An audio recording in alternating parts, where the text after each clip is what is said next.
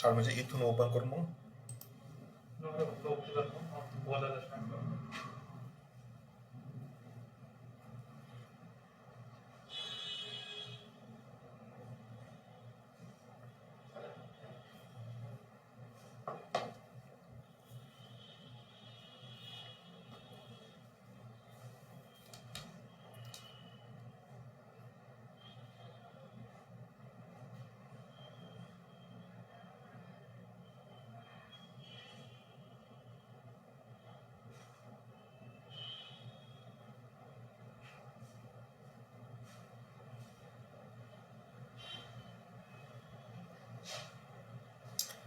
नमस्कार शेतकरी बंधू.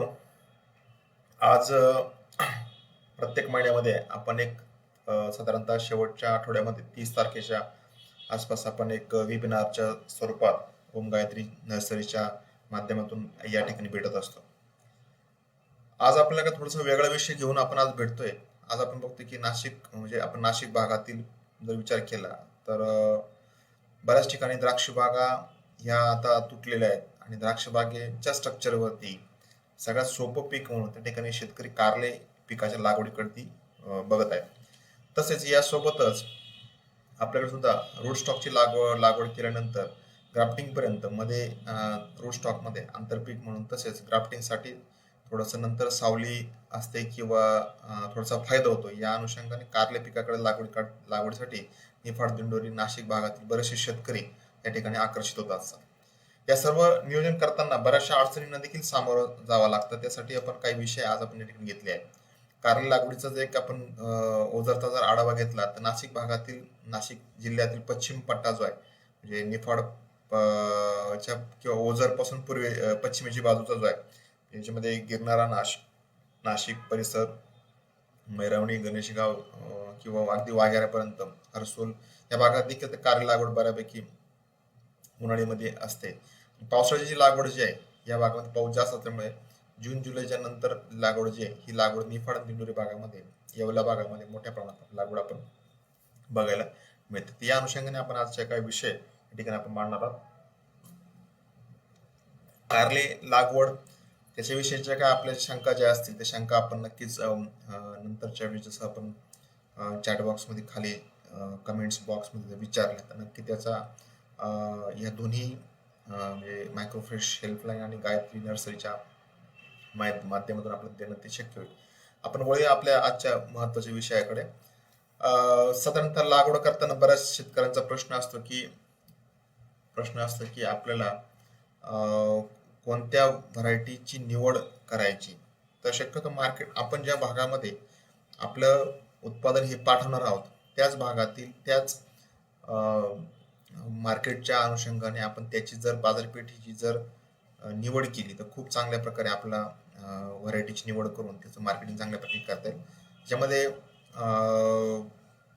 बाजाराचा अभ्यास जर आपण केला तर बाजारामध्ये एक लांब व्हरायटी जी आहे ती चांगली बऱ्यापैकी चालते, मीडियम व्हरायटी सुद्धा चालते.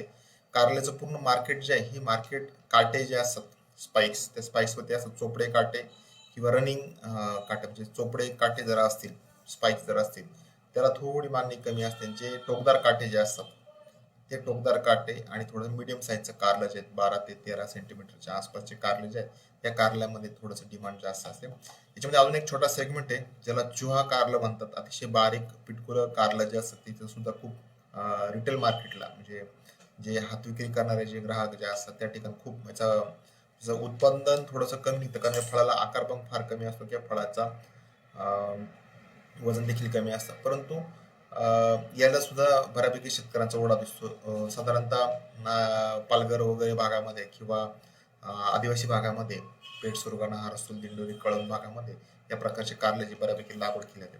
आपल्या बाजारपेठेच्या अभ्यासानुसार आपण व्हरायटीची निवड करावी. यासाठी पहिली व्हरायटी मी तुम्हाला सजेस्ट करेन ती म्हणजे हरिताभ. धरती कंपनीचा हायब्रिड जे आहे त्यामध्ये हरिताभ हा सेगमेंट जो आहे याचे विशेष जर वैशिष्ट्य बघितले तर त्याच्यामध्ये साधारण त्याच्या जो असतो कॅनोपी मॅनेजमेंट खूप चांगल्यापैकी असतं.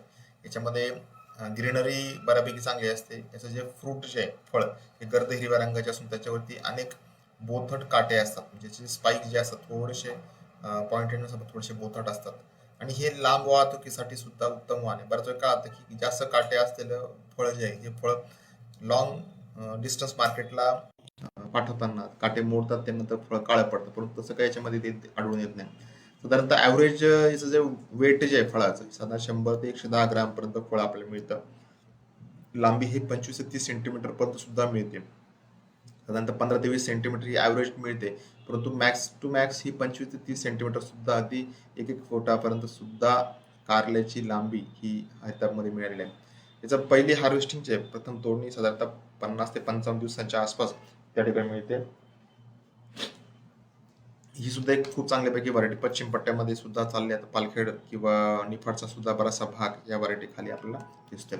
हरितापच्या अशा प्रकारच्या फळाला बाजारामध्ये देखील सुद्धा खूप चांगली मागणी असते. आता मागच्या आठवड्यामध्ये नाशिक मार्केटला सगळ्यात हायेस्ट मार्केट जे आहे हरिताप व्हरायटीला मिळालं होतं. यात धरतीची थोडीशी एक मिडियम साईजमध्ये 20 ते 25 सेंटीमीटरच्या लांबीमध्ये एक भूपेश म्हणून एक व्हरायटी जी आहे ती सुद्धा आहे. त्याच्यामध्ये सुद्धा ग्रीनरी खूप चांगली असते आणि काट्याचं प्रमाण सुद्धा खूप चांगलं असतं. आणि जास्तीत जास्त सीझन लांबवण्यासाठी या व्हरायटीचा खूप चांगल्यापैकी फायदा होऊ शकतो. याची सुद्धा हार्वेस्टिंग 50 ते 60 दिवसाच्या आसपास आपल्याला हार्वेस्टिंग आपल्याला मिळते. नंतर सगळ्या शेतकऱ्यांमध्ये एक मागच्या 2-3 वर्षापासून एक चांगली पॉप्युलर असणारी व्हरायटी म्हणजे ही आर्यन नंदगाव सीडची व्हरायटी आहे. व्हायरसला बऱ्यापैकी प्रतिकारक आहे, भुरीला सहनशील अशी व्हरायटी आहे. जोमदार वाढ आणि हिरवीगार कॅनोपी तशी होत असते. दोन्ही टोकाला निमुळता आकार, म्हणजे ज्याला आपण थोडासा डंबेल शेप किंवा त्याला स्लेंडर शेप असं म्हणतो, त्या दोन्ही बाजूला निमुळता असा आकार असतो. आणि याचे फळं जे असतात ते फळं अतिशय अट्रॅक्टिव्ह असतात. टोकदार दाट काटे असलेलं वाण आहे. याच्यामध्ये स्पाइस खूप चांगले असतात. पहिला तोडा साधारणतः 55 ते 60 दिवसाला याची मिळतो. लांबी 16 ते 18 सेंटीमीटर मीडियम सेगमेंटमध्ये हा कारला खूप बऱ्यापैकी शेतकऱ्यांमध्ये पॉप्युलर आहे. नाशिक मार्केटला सुद्धा किंवा मुंबई मार्केटला सुद्धा, वाशी मार्केटला सुद्धा खूप चांगल्यापैकी याची विक्री त्या ठिकाणी होत असते. फळाची घेर जो आहे जाडी साधारण 3.5 ते 4.5 सेंटीमीटर एवढी असते. वजन जे आहे वजन सुद्धा खूप चांगलं मिळतं. 120 ते 150 ग्रॅम पर्यंत एका फळाचं वजन आपल्याला त्या ठिकाणी ते मिळतं. आर्यन व्हरायटीचे जी काही फोटोग्राफ्स आहेत हे सुद्धा आपण शेतकऱ्यांकडून घेतलेले फोटोग्राफ्स आहेत, जेणेकरून आपल्याला आपण बाजारात जरी गेलो तरी त्या ठिकाणी अट्रॅक्टिव्ह शेप आणि साईज कलर त्याचा आपल्या त्या ठिकाणी तो दिसतो. त्याच्या फळाच्या तोंडाचा भाग जो असतो टोकाचा थोडासा सफेद असतो, त्याचं एक वैशिष्ट्य आपल्या त्या ठिकाणी बघण्यात येईल. अशा प्रकारे याचं शेतकऱ्यांकडे खूप हेवी माल दिसतो. याचे काटे जे असतात ते टोकदार असतात, जसे आपण हरितामध्ये ब्लंट बघितले तसे याच्यामध्ये थोडेसे टोकदार काटे असतात. नंतर कावेरी ह्या कंपनीचं 406 नंबरचं जे हायब्रिड आहे याच्यामध्ये थोडंसं लांबी 12 ते 15 सेंटीमीटरच्या आसपास मीडियम सेगमेंटमध्ये एकदम डार्क ग्रीन कलर आणि काटेदार फळ याच्यामध्ये दिसतं. सरासरी 90 ते 120 ग्रॅम पर्यंत वजन फळाचं आपल्याला मिळतं. पहिली तोडणी साधारणतः 50 ते 60 दिवसांनी आपल्याला पहिली तोडणी आपल्याला मिळते. कावेरीचं 406 नंबरची व्हरायटी जी आहे ही अगदी पश्चिम पट्ट्यामध्ये सुद्धा ज्या ठिकाणी पाऊस जास्त असतो त्या ठिकाणी सुद्धा आपल्याला मिळतं. याच्या पानाची साईज थोडीशी कमी असल्यामुळे कॅनोपी थोडीशी पानं पिवळी पडत नाही किंवा पानांचा आकार जो आहे ते त्याच्यामुळं फळाला जास्त सावली न होता त्या ठिकाणी हवा खेळती राहून कलर सुद्धा खूप चांगला आपल्याला मिळतो. हे कावेरीचेच 406 नंबरचे जे कारले आहेत त्याचे हे फोटोग्राफ्स आहेत. नंतर ईस्ट वेस्ट सीडचं निकिता म्हणून एक हायब्रिड, याची थोडी लांबी जास्त साधारणतः 25 ते 30 सेंटीमीटर पर्यंत ॲव्हरेज लांबी या कारल्याची मिळते. याला थोडं जाडी जी आहे ही जाडी कमी असते. ही सुद्धा व्हरायटी बऱ्यापैकी मार्केटमध्ये आपल्याला बघायला मिळेल आणि सुद्धा मार्केट सेगमेंट वाईज आपल्याला ही व्हरायटी लॉंग सेगमेंटमध्ये आपल्याला ही करतो शकतो. अशा प्रकारे कॅरेटमध्ये लांबीला 2 कारले जे आहेत ही कारले खूप चांगल्यापैकी याच्यामध्ये आपल्याला बसतात आणि लांबी सेगमेंट जो आहे हा सेगमेंट खूप बऱ्यापैकी चांगल्यापैकी आपल्याला दिसतो.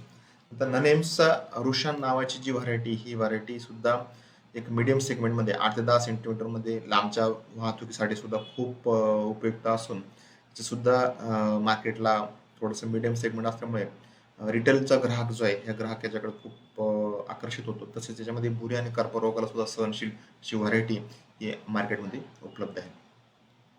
सिजेंटाचं BGH 106 नावाचं जे हायब्रिड जे आहे ही सुद्धा बऱ्यापैकी मीडियम सेगमेंट जो आहे 13 ते 16 सेंटीमीटरचा सेगमेंट याच्यामध्ये होतं. गडद हिरवे आणि जे काटे जे असतात काटे टोकदार नसतात आणि याला हे काटे मोडत नाही. फळाची जाडी साधारणतः 3 ते 4 सेंटीमीटरची असून आखूड फळं असल्यामुळे ग्राहकांचा सुद्धा त्या रिस्पॉन्स खूप चांगल्यापैकी असतो. साधारण वजन थोडंसं कमी असं 60 ते 80 ग्राम.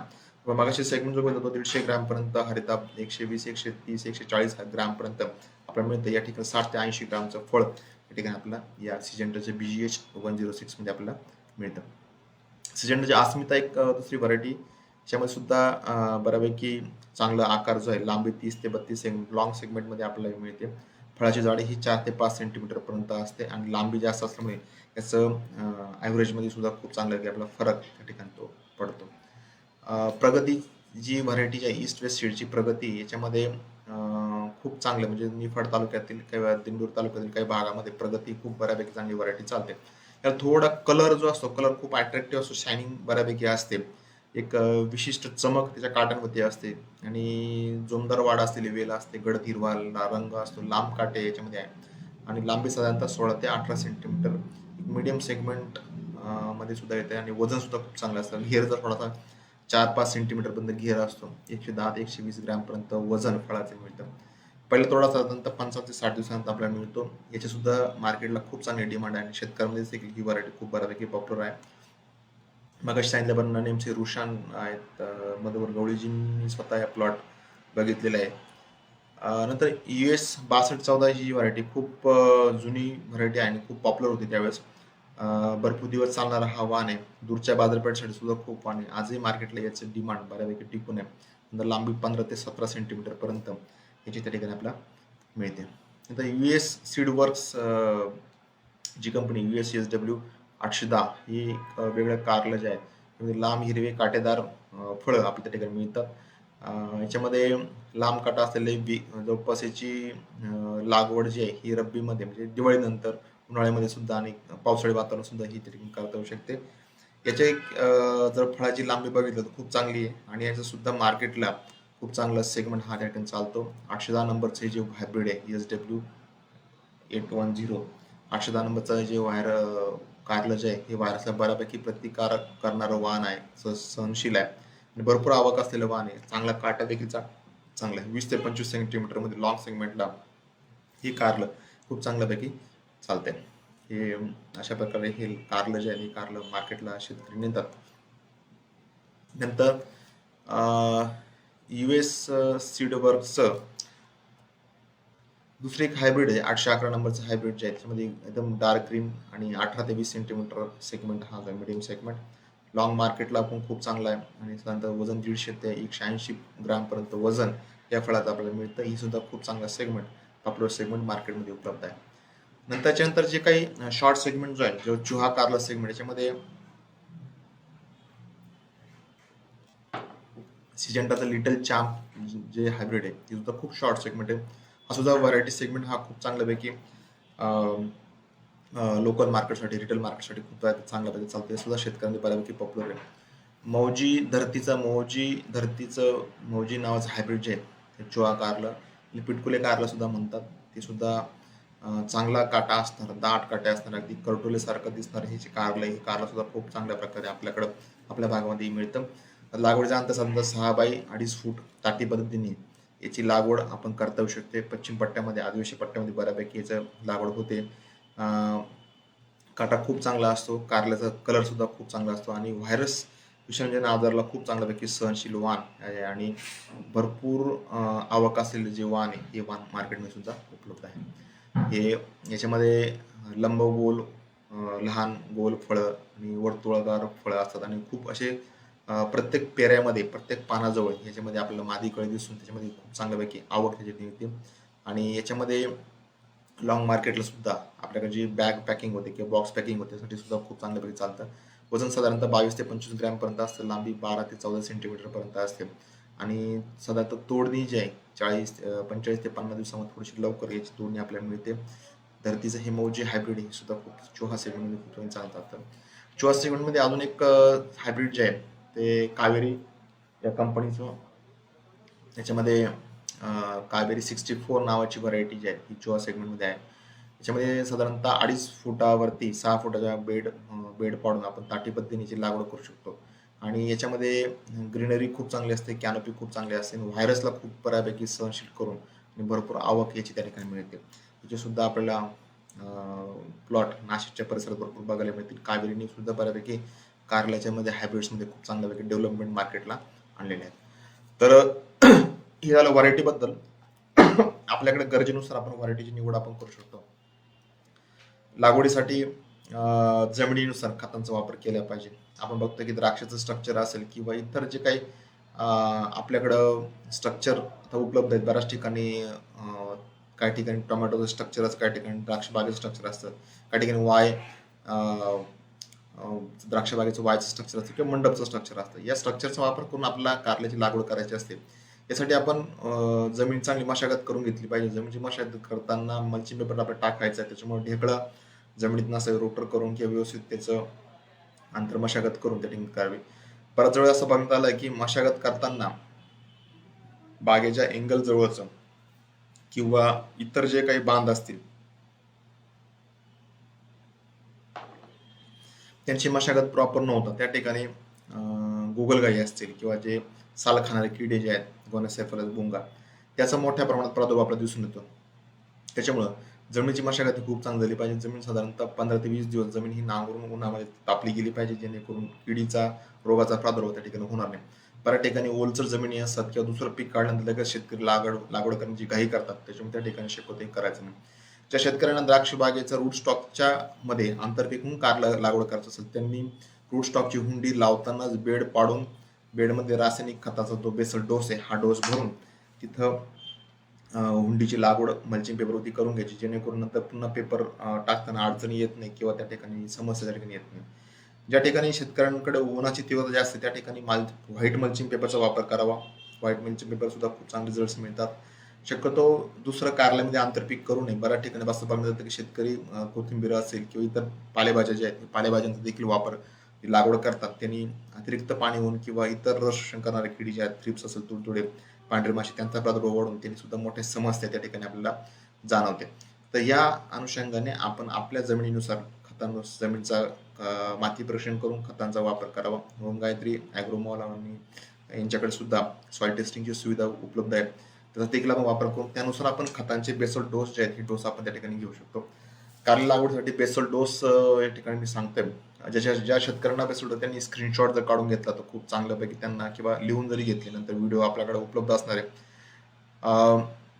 शेणखत असेल किंवा सिटी कंपोस्ट असेल, मशरूम कंपोस्ट असेल, गांडूळ खत असेल किंवा कोंबड खत असेल, आपल्याकडे जशी उपलब्ध असेल तसं आपण वापरावं. कोंबड खत टाकायचं असल्यास शेतामध्ये ते पसरून टाकावं, जेणेकरून त्याच्यामध्ये पूर्ण मातीमध्ये मिक्स होईल. गांडूळ खताची कॉस्टिंग जास्त जाते. मशरूम कंपोस्ट खूप चांगल्यापैकी सोर्स आपल्याकडे उपलब्ध आहे. संकुळा इंडस्ट्रीज बऱ्यापैकी शेतकऱ्यांना मशरूम कंपोस्ट सप्लाय करते. सिटी कंपोस्ट देखील वापर वाढतोय. शेणखताच्या कॉस्टिंग वाढलं, त्यामुळे आपण जर कोणत्याही प्रकारच्या सेंद्रिय खताचा वापर जर केला तर खूप चांगल्यापैकी फायदा आपल्याला मिळू शकतो. द्राक्ष बागेच्या स्ट्रक्चरमध्ये शक्यतो शेणखत टाकायची गरज नाही, कारण द्राक्ष बागेमध्ये बऱ्यापैकी आपण वर्षानुवर्ष ऑर्गॅनिक मॅटर आपण टाकत असतो. काड्या असतात किंवा चिपटाची मल्चिंग असते, त्याच्यामुळे त्या ठिकाणी गरज शक्यतो पडत नाही. 1846 जे डायमोनियम फॉस्फेट साधारणतः 75 ते 100 किलो जमिनीच्या प्रकारानुसार 10-26-26 हे सुद्धा सुरलोलीमध्ये महादनचं जे 50 ते 100 किलो पर्यंत आपण टाकू शकतो. ज्या जमिनीमध्ये चुनखडी आहे त्या जमिनीमध्ये आपण बोन मिलचं आपण प्रमाण आपण 200 किलो पर्यंत आपण वाढवू शकतो. आयसेलचं पॉलिसल्फेट जे आहे हे 50 किलो पर्यंत आपण याच्यामध्ये आपण टाकू शकतो बेसल डोसला. जर रूट स्टॉक असेल तर आपण हे 50 किलोचं प्रमाण आपण 75 किलो सुद्धा पर्यंत करू शकतो, कारण इतर सुद्धा फायदे हे दुसऱ्या पिकाला मिळत असतात. एका फॉस जे प्रोम आधारित जे सेंद्रिय खत आहे याच्यामध्ये साधारणतः 8 बॅग टाकावे. चुनखडी असेल तर त्या ठिकाणी एकरी 10 बॅग पर्यंत कारल्यासाठी आपण बेसल डोस मध्ये टाकावं. प्रोटोमिल सेंद्रिय खत ही सुद्धा आपण 8 बॅग पर्यंत एकरी आपण टाकू शकतो. ज्यामध्ये सल्फरचा वापर आपल्याकडे जमिनीमध्ये बऱ्यापैकी झाला पाहिजे. चुनखडी जमिनीमध्ये चुनखडी 8% 12%च्या आसपास असेल तर सल्फरचं प्रमाण जे बेंटोनाइट सल्फरचं बेनसल्फरचं हे साधारणतः 15 ते 20 किलो पर्यंत करायला हवं. ज्या ठिकाणी चुनखडी जास्त आहे त्या ठिकाणी प्रमाण याचं वाढवलं तरी आपण त्या ठिकाणी चालू शकतो. फायटोट्रॉन कंपनीचं PSI ग्रॅन्युल्स जे आहेत एकरी 30 किलो पर्यंत आपण टाकू शकतो. मॅजिकॉन ग्रॅन्युल्स जे आहेत ते 10 किलो एकरी आपण टाकू शकतो. ट्रॉपिकल ॲग्रोचं नासा म्हणून जे दाणेदार खत जे आहे सेंद्रिय खत 4 किलो प्रति एकरी आपण बेसल डोसमध्ये आपण टाकू शकतो. निंबोळी पेंड किंवा एरंडी पेंड, ज्या ठिकाणी निमॅटोडच्या समस्या आहेत त्या ठिकाणी आपण निंबोळी पेंड एकरी 300 किलो पर्यंत आपण टाकू शकतो. किंवा ज्या ठिकाणी आपल्याला जमिनीचा कस हा बऱ्यापैकी भरून काढायचं असेल त्या ठिकाणी एरंडी पेंट साधारणतः 500 किलोपर्यंत आपण टाकू शकतो. थोडीशी कॉस्ट सुद्धा आपण इथं कमी करू शकतो. यानंतर दाणेदार कीटकनाशकामध्ये रिजंट जे आहे फिप्रोनिल, त्याचे ग्रॅन्युल्स आपण बेडवरती पसरून 4 किलोपर्यंत आपण टाकू शकतो. आता फोरेट बऱ्यापैकी आपण वापर त्याचा बंद केलेला आहे किंवा मार्केटला देखील उपलब्ध नाही.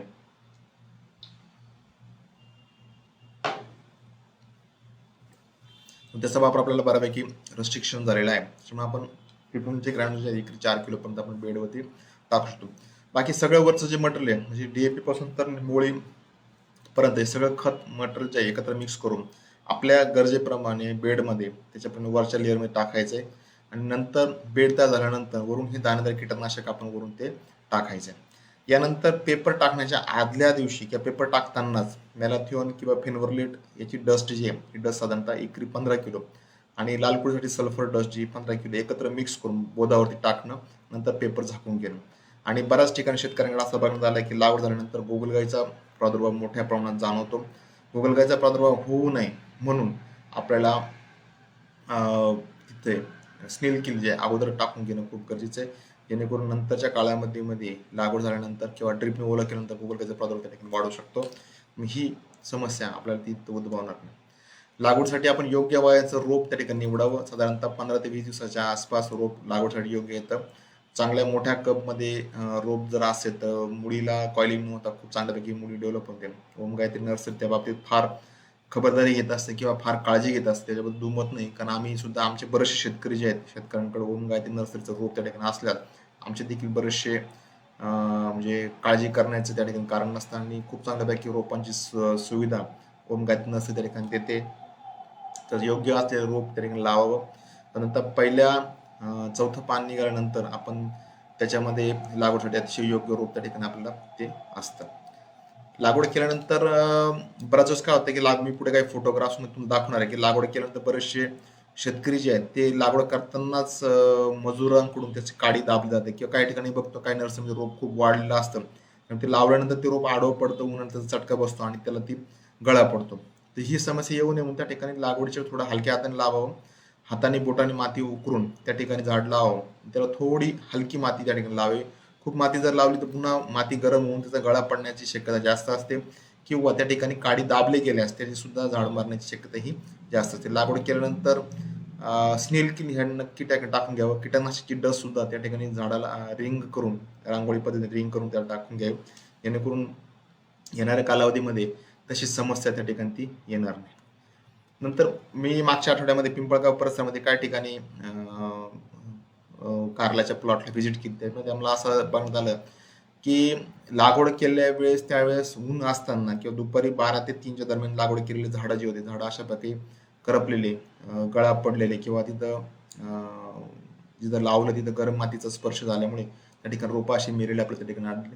ही रोपं नंतर होत नाही. त्यासाठी लागवड करताना शक्यतो संध्याकाळच्या वेळेस लागवड करावी, पुरेशी ओल असताना लागवड करावी. ज्या ठिकाणी ओल नसेल त्या ठिकाणी लागवडीचा निर्णय नंतर घ्यावा. त्या ठिकाणी अतिरिक्त पाणी टाकून जास्तीचं पाणी टाकून त्या ठिकाणी झाडं लावावी. ज्या ठिकाणी रोप जास्त वाढलेलं असतं त्या ठिकाणी रोप हे मल्चिंग पेपरला किंवा त्या पेपरच्या कडेला टेकून त्याच्यातून बऱ्यापैकी मराची समस्या त्या ठिकाणी होते. ही सुद्धा समस्या मोठी समस्या सध्या आहे. उन्हाळ्यामध्ये आता बघता आपण मागच्या 2-3 दिवसापासून बऱ्यापैकी उन्हाची तीव्रता ही वाढलेली आहे आणि टेम्परेचर देखील खूप वाढलेलं आहे.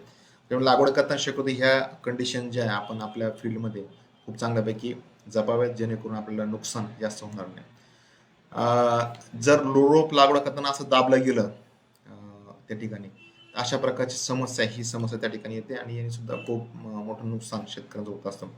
बऱ्याच वेळा असं बघण्यात आलं की रोपं मल्चिंग पेपरला खेळतात आणि तिथून सुद्धा गळा पडतो. ज्या ठिकाणी रोपं मल्चिंग पेपरला खेळत असेल तर थोडंसं पेपर हाताने ताणून जर फाडला तर त्याची समस्या त्या ठिकाणी आपल्याला येत नाही आणि खूप चांगल्यापैकी रोपाची जी म्हणजे ती वाढ जी असते वाढ देखील खूप चांगल्यापैकी होते. रोप लागवड करताना दाबलं गेल्यास त्यांनी सुद्धा रोपाची मर त्या ठिकाणी दिसू शकते किंवा तिथं जखम झाल्यानंतर बुरशीचं इन्फेक्शन, बॅक्टेरियाचं इन्फेक्शन त्या ठिकाणी होऊन त्यांनी सुद्धा मोठी समस्या त्या ठिकाणी येते.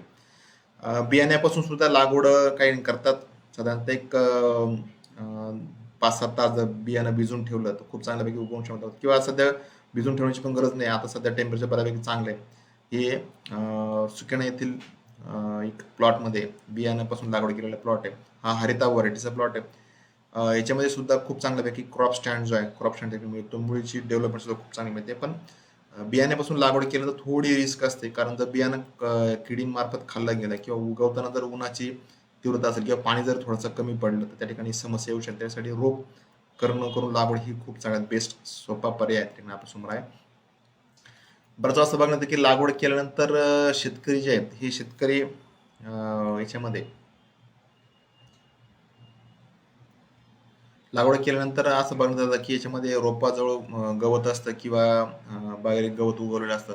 हे गवत उगवताना ते गवत काढलं गेलं पाहिजे रेग्युलर. तिथं बऱ्याच वेळ लाल कोळी सुद्धा बऱ्यापैकी बघण्यात आलेलं आहे. हे गवत हाताने काढून बोटाने तिथली मातीचं थोडी वापसा काढून दिली तर खूप चांगल्यापैकी वापसा होऊन रोपाची ग्रोथ जी ही ग्रोथ त्या ठिकाणी होते. झाडाला माती शक्यतो लावू नये. ह्या सुद्धा प्लॉट जो आहे ह्या प्लॉटमध्ये माती लावलेली होती त्या ठिकाणी खूप सारी मर 100% मर त्या ठिकाणी जाणवली होती. ज्या ठिकाणी माती लावलेली त्या ठिकाणी खूप मोठी समस्या आपल्याला ती आढळली. त्यामुळे माती शक्यतो लावू नये. लागवड केल्यानंतर ह्या काही गोष्टी ज्या आहेत प्रिकॉशन्स हे शेतकऱ्यांनी घेतल्याच पाहिजे.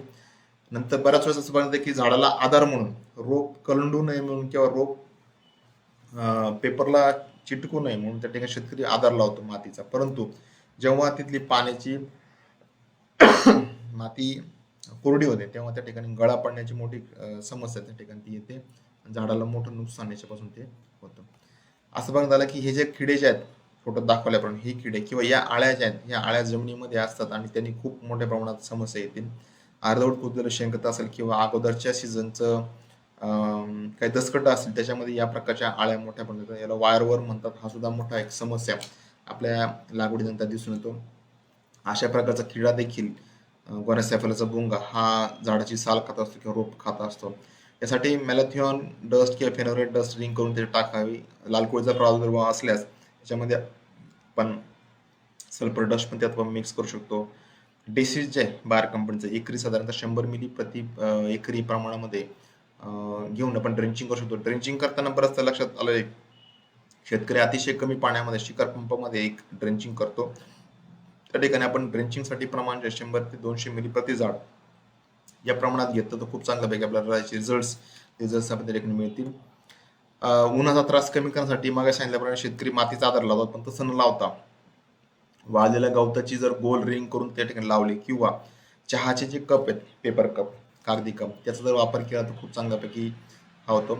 याचा अजून एक फायदा असा होतो की झाडाजवळ डायरेक्टली गोगलगाय किंवा बूड खाणारे किडे जे आहेत किडे त्या ठिकाणी जात नाही, कारण मातीमध्ये हा कप बुजलेला असतो. त्याच्यामुळे झाडावरती डायरेक्टली कोणत्या किडीचा गोगलगायचा प्रादुर्भाव होत नाही. ही सुद्धा खूप मेथड खूप चांगली. थोडं किचकट काम आहे. कप अगोदर लागवडच्या अगोदर कापून घ्यावं लागतं. लागवड झाल्यानंतर वरून कप पानं गोळा करून पाण्यात त्यात टाकावं लागतं. ही सुद्धा समस्या आपण ते सॉल्व्ह करू शकतो. याचा सुद्धा खूप चांगल्यापैकी फायदा आपण त्या ठिकाणी तो मिळू शकतो. हे साधारणतः 3-4 दिवसाची स्टेज आहे. मध्ये शेंडा भरपूर बऱ्यापैकी काढलेल्या आणि झाड जे आहे वाऱ्याने हवेने पेपरला खेळत नाही किंवा त्याने झाडाची मर सुद्धा या ठिकाणी थांबवता येणं शक्य आहे. असं बघण्यात आलं की नर्सरीतून रोप आणल्यानंतर नर्सरीच्या वातावरणात एकदम जर उन्हामध्ये टेम्परेचरमध्ये जर रोप आलं थोडासा पिंगटपणा जो असतो पिवळेपणा त्या ठिकाणी असतो. पिंगटपणा कमी करण्यासाठी बंबार्डियर 400 मिली combi 200 gram magnesium sulphate 500 gram प्रति 200 लिटर पाण्यामध्ये याची जर आपण 2 फवारण्या घेतल्या 3 दिवसाच्या अंतराने खूप चांगल्यापैकी ग्रीनरी शेंडा खूप चांगला स्ट्रॉंग निघतो.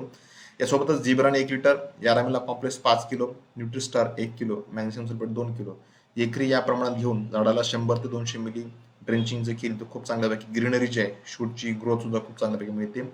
याच वेळेस वापसा जर काढून दिला तर सर्व प्रकारची पांढरी मुळे ऍक्टिव्ह होऊन त्या ठिकाणचा न्यूट्रियनचा अपटेक देखील खूप चांगल्यापैकी वाढतो.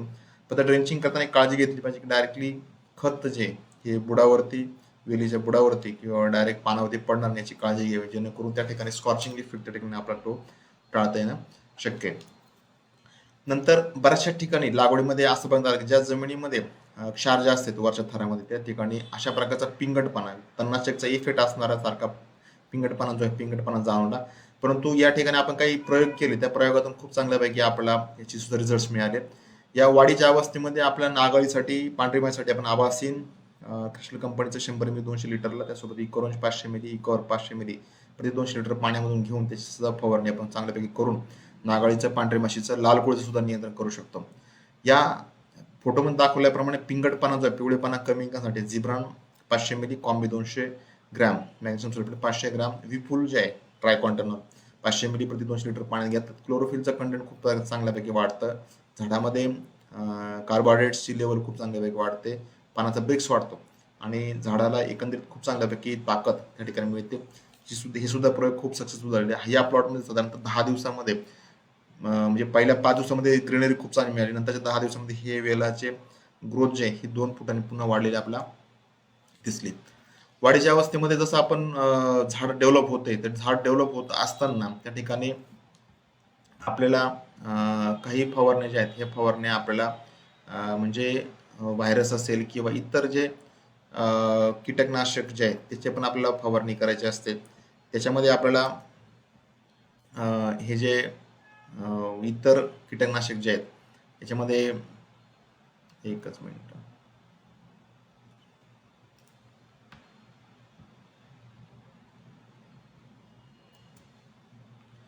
तर याच्यामध्ये व्हायरससाठी आपण सुपर कॉन्फिडर 50 मिली जिलॉन जे आहे फाटेट्रॉन कंपनीचा 800 मिली प्रति 200 लिटर पाण्यामध्ये फवारणी. याची फवारणी जी आहे ही फवारणी 4 दिवसाला पुन्हा आपण रिपीट करायची. धनप्रीत जे ॲसिटॅमिप्रिड 100 ग्रॅम, मार्कर म्हणजे बायोफेन्थ्रिन 250 मिली प्रति 200 लिटर पाण्यासाठी, सोबत इकोरॉन 500 मिली, निकॉर 500 मिली 200 लिटरला घेतलं तर पांढरे माशी खूप चांगल्यापैकी कंट्रोल होते. बाहेरून येणारे पांढरे माशी कंट्रोल करण्यासाठी साईडनी बाजूने इन्सेक्ट नेट असेल किंवा साड्या असतील किंवा क्रॉप कव्हर असेल किंवा शेड नेट प्लस साड्या अशा प्रकारचा अडथळा जर केला तर मधली पांढरी माशी या स्प्रेने आपण कंट्रोल करू शकतो. आणि जेवढी पांढरी माशी कमी करू तेवढा आपला व्हायरस सुद्धा बऱ्यापैकी कमी होतो. आमच्याकडे असे पण प्लॉट आहेत ज्या प्लॉटमध्ये 2000 झाडामध्ये फक्त 2 झाडं 3 झाडं व्हायरसचे आहेत आणि सध्या व्हायरससाठी खूप ऍक्टिव्ह क्लायमेट आहे. झाड स्ट्रेसमध्ये जाऊ शकतं, टेम्परेचर जास्त आहे. मागच्या आठवड्यामध्ये पाऊस देखील पडला. ते सुद्धा वातावरण जे आहे स्ट्रेसचं वातावरण हे व्हायरसला लवकर झाडाला बळी पाडतं. त्यासाठी आपण या प्रकारच्या स्प्रेचं नियोजन करावं. याच स्टेजला मायक्रोबूस्ट 4G जे बॅक्टेरियल कन्सोर्शिया जो आहे तो 500 ग्राम 1 किलो गूळ 100 लिटर पाण्यात रात्रभर भिजवून त्याच्यासोबत सोल्यूब जे आहे अल्केमी कंपनीचं 10 किलो आणि एस्पार्टन 1 लिटर याच्या प्रमाणात एकरी ड्रेंचिंग करावे, जेणेकरून आपल्याला रूट डेव्हलपमेंट खूप जबरदस्त मिळते आणि पांढरी मुळीचा वाढून त्या ठिकाणी आपला फायदा होतो. याच वेळेस 2 दिवसाच्या गॅपनी यारामीला कॉम्प्लेक्स मागे सांगितल्यावर पुन्हा 6 kilo Nutristar 1 kilo magnesium sulphate 2 kilo जिब्रान 1 लिटरची ड्रेंचिंग जर केली तरी सुद्धा खूप चांगली ग्रीनरी पेऱ्यातील अंतर मापात राहून नंतर स्फुरत पालाश याला योग्य जाऊन त्या ठिकाणी पत्तीची साईज ग्रीनरी क्लोरोफिलची लेवल सुद्धा खूप चांगल्यापैकी वाढते. त्याने सुद्धा झाडाला एक प्रकारचा चांगला म्हणजे ताकद त्या ठिकाणी मिळते.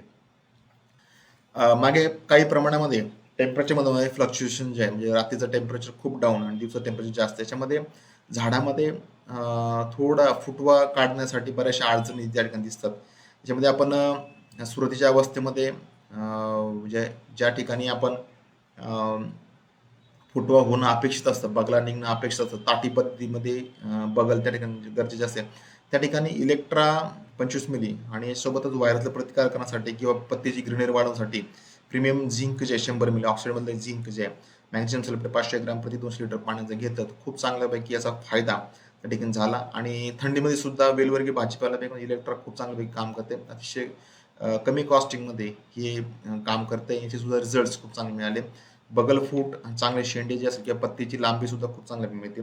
नंतरच्या कालावधीमध्ये आपण मॅडिसन 500 मिली, फ्लोरेक्स 250 मिली आणि इलेक्ट्रा हे सेटिंगसाठी किंवा कळी लागण्याच्या अवस्थेमध्ये सुद्धा देतो. त्याचे सुद्धा रिझल्ट चांगले आपल्याला मिळतात. पिवळे चिकट सापळे हे लवकर लावले पाहिजे. पांढरी माशीच्या नियंत्रणामध्ये पांढऱ्या माशीच्या सर्वेक्षणामध्ये खूप गरजेचे. पिवळे सापळे साधारणतः एकरी 50 ते 100 पर्यंत आपण पहिल्या फेरीत लावू शकतो. त्याने सुद्धा खूप चांगल्यापैकी पांढरी माशीचं नियोजन होतं.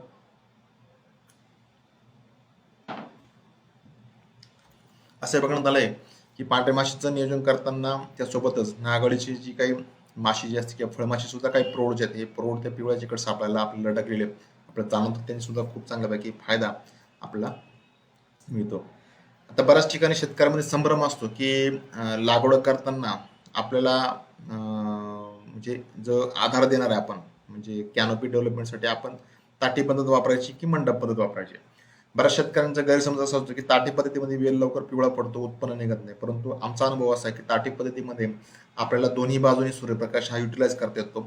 झाड मंडप वरपर्यंत जाईपर्यंत आपल्या झाडाचं 50% ईल्ड जे उत्पन्न हे त्या ठिकाणी काढलं जातं. कॅनोपी खूप चांगली होते. आपण लागवड करताना सुद्धा 3 फूट, 2.5 फूट, 4 फुटापर्यंत आपण करू शकतो. मंडपमध्ये आपलं 5 फुटाचं अंतर त्या ठिकाणी ठेवणं गरजेचं असतं. आता आपण बघतो की 6 ते 7 फुटाच्या पुढे जर गल्ली जर असेल सरी, त्या ठिकाणी आपण सिंगल लागवड जी आहे ही लागवड आपण 3 फुटावरती करू शकतो. पण झिगझॅग लागवड करून मोठा बेड असेल 10 फुटाचा, 9 फुटाचा, तर आपण झिगझॅग सुद्धा लागवड आपण करू शकतो. त्या ठिकाणी आपण 3 फुटाचं अंतर ठेवून 2 लाईन एका बेडवरती टाकून त्यांनी सुद्धा ताटी पद्धतीने खूप चांगल्यापैकी वरती येऊ शकतो. मागच्या वर्षी देखील आम्ही खूप चांगल्यापैकी म्हणजे 20 गुंठ्यामध्ये 700 ते 800 कॅरेट पर्यंत आपण उत्पन्न काढलं होतं. कालांतराने पाऊस लवकर सुरू झाल्यामुळे त्या ठिकाणी बेड लवकर खराब झाले. परंतु कॅनोपी मॅनेजमेंटच्या दृष्टीने आपण जी आधार देण्याची पद्धत जी आहे ती निवडावी. या ठिकाणी बघता चित्रामध्ये दाखवलंय की झाड फक्त जाळीला धरून आहे आणि ऑटोमॅटिकली झाड हे जाळीवरती जात आहे. तर याच्यासाठी सुद्धा जाळीचा आधार आपण करू शकतो. या स्टेजला वाढीच्या अवस्थेमध्ये जीपर्यंत 500 मिली कॉम्बी 200 ग्रॅम ग्लोबल ॲग्रोजेनेटिक्सचं नोजिविड सीडची कंपनी त्यांचं 1919 जे 1919 250 मिली लिक्विड मधला 1919 जे मॅग्नेशियम सल्फेट 500 ग्राम 200 लिटर पाण्यासाठी जर फवारणी केली तर खूप चांगल्यापैकी पेरेतील अंतर मापात राहून खूप चांगल्यापैकी ग्रीनरी येते आणि शेंडा सुद्धा खूप चांगल्यापैकी डेव्हलप होतो. जाळीवरती ताठी पद्धतीने लागवड आपण करायची असेल तर खालच्या 3 बगला ज्या आहेत 3 ते 4 बगला आपल्या काढायच्या आहेत, कारण त्या बगला ह्या बेडवरती असतात आणि त्यांनी त्या ठिकाणची फळं खराब होण्याची शक्यता जास्त असते. त्याच्यामुळे आपण तिथं खालच्या बागला शक्यतो काढून तिथे चांगल्या प्रकारे आपण कॅनोपी आपण डेव्हलप करू शकतो. अशा प्रकारचे झाड असल्यानंतर याला लवकरात लवकर आधार द्यायला सुरुवात केली पाहिजे. याला जी बाळी येते, तणाव, टेन्शन, जे स्प्रिंग सारखं जे स्ट्रक्चर येते, हे स्ट्रक्चर लवकर याला कशाने जर आधार दिला म्हणजे या ठिकाणी आपण तुम्ही जुने बांबू, कारबी बांबू अगदी खाली खिट्टी ठोकून त्याला काथ्या किंवा सुतळी जरी लावली ते सुद्धा खूप चांगल्यापैकी हे लवकर डेव्हलप होतं. हा जर वेल थोडा वाढला, हा वेल पुन्हा पेपरवरती आल्यानंतर मल्चिंग पेपरचा गरम चटका बसून पुन्हा हे वेल खराब होतात. अशा वेळी त्या ठिकाणी वेलाला आधार देण्यासाठी आतमधली थोडीशी माती मोकळी करून ती जर बुडाला जर लावली तर खूप चांगल्यापैकी झाडाचा स्टँड राहतो आणि लवकर बांधून घेतली. जेव्हा नॅचरली झाड स्वतःहून जे बाळ्या ज्या आहेत हे बाळ्या बाहेर काढतात तेव्हा हे झाड लवकर ग्रोथ पकडतं आणि नॅचरली त्याला खूप चांगल्यापैकी सपोर्ट भेटला तर झाडाची ग्रोथ सुद्धा खूप चांगल्यापैकी होते.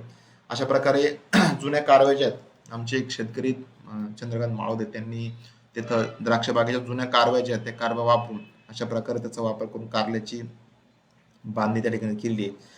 पेरेतील अंतर कमी ठेवून पानांचा आकार आणि जाडी वाढवण्यासाठी किंवा झाडामध्ये स्टोरेज वाढवण्यासाठी जिब्रांचा वापर हा खूप चांगला गरजेचा आहे.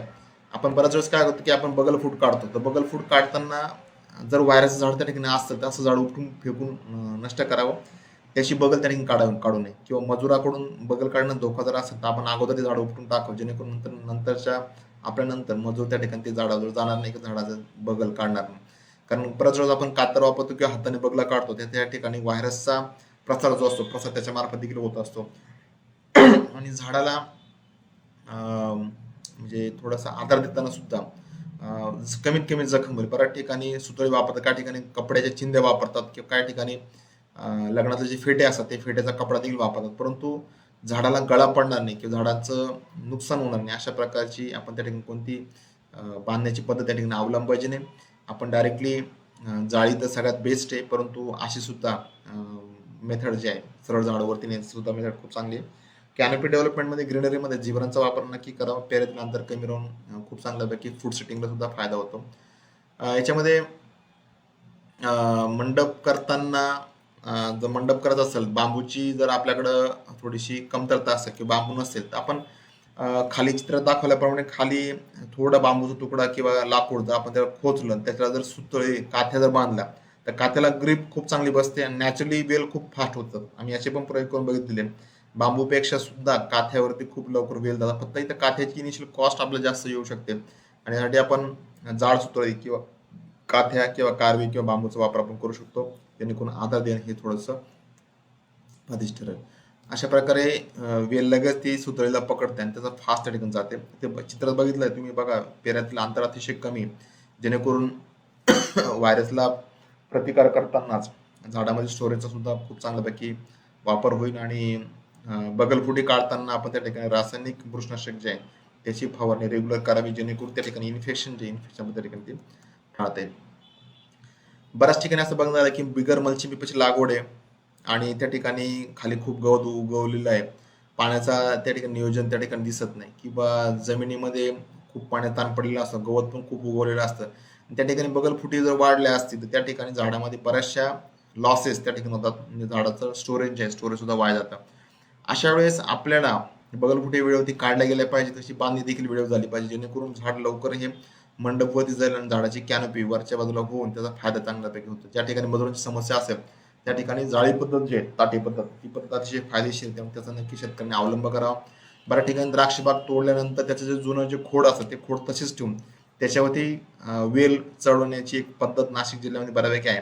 परंतु याच्यामध्ये मल्चिंग पेपर जर नसेल तर पुन्हा बऱ्याचशा अडचणींना सामोरं जावं लागतं, किंवा हे बांधताना सुद्धा जर क्षेत्र जास्त असेल तर मजुरांची सुद्धा समस्या मोठी असते. त्यामुळे हे सुद्धा आपल्याला लागवड करताना काही गोष्टी आपल्याला डोळ्यासमोर ठेवायच्या, जेणेकरून आपल्याला कॅनोपी मॅनेजमेंटमध्ये त्याच्या अडचणी त्या ठिकाणी येणार नाही.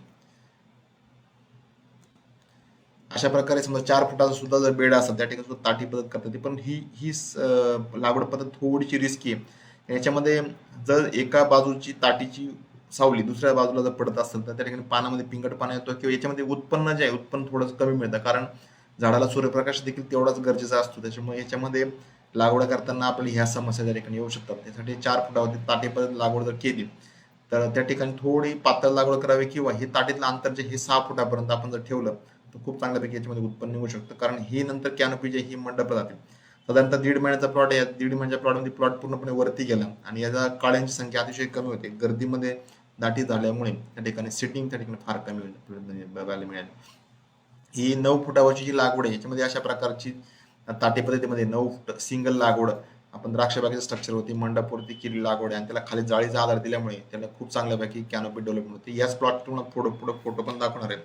पालखेडमधील संतोष खैरे म्हणून आमचे शेतकरी, जे शेतकरी खूप चांगल्या मेहनतीने त्यांनी बाग प्लॉट डेव्हलप केले, त्यांच्या प्लॉटमधले काही फोटोग्राफ्स आहेत. हे मागच्या वर्षीचे शिरवाडे भागातील आर्यन व्हरायटीचा प्लॉट आहे. याच्यामध्ये सुद्धा डबल रो सिस्टीम, म्हणजे द्राक्ष बागेचा रूट स्टॉक असताना देखील बेडवरती 2 लाईन याला जाळी नव्हती, परंतु त्यांनी नायलन आणि सुतळीचा वापर करून ताटी बनवली होती, आणि खूप चांगल्यापैकी उत्पन्न या ठिकाणी काढलेलं होतं. त्याच्यामध्ये सुद्धा दोन्ही बाजूला सनलाईट युटिलायझेशन चांगलं होतं, कॅनोपी डेव्हलपमेंट पण चांगली होते, आणि झाडाला एकंदरीत हवा खेळती राहून खूप चांगल्यापैकी डेव्हलप होतं. नायलन आणि सुतळीचा वापर जर केला आणि बांबूचा वापर केला तर ताटी पद्धत खूप चांगली बेस्ट आहे. याच्यामध्ये जाळी वापरली नाही, जाळीचा वापर जर करायचा नसेल, कारण जाळीची कॉस्टिंग तशी जास्त नाही. एक एकर साधारणतः 5 ते 6 किलो पर्यंत जाळी लागते.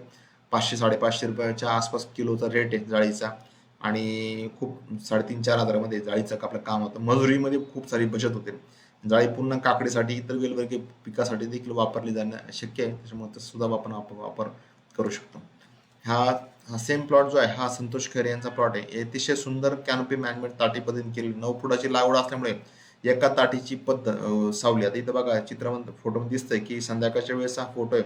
याच्यामध्ये पश्चिम बाजूचं ऊन जे आहे हे ताटेवरती पडताना ते त्याच्या बेडपर्यंत पडलं, ताटेवरती पडलं, सूर्यप्रकाशाचे पूर्णपणे वापर होऊन त्या ठिकाणी खूप चांगल्यापैकी काळ्या सेट त्या ठिकाणी होतात, आणि याचा फायदा हा कॅनोपीच्या ग्रीनरीसाठी सुद्धा खूप चांगल्यापैकी होतो.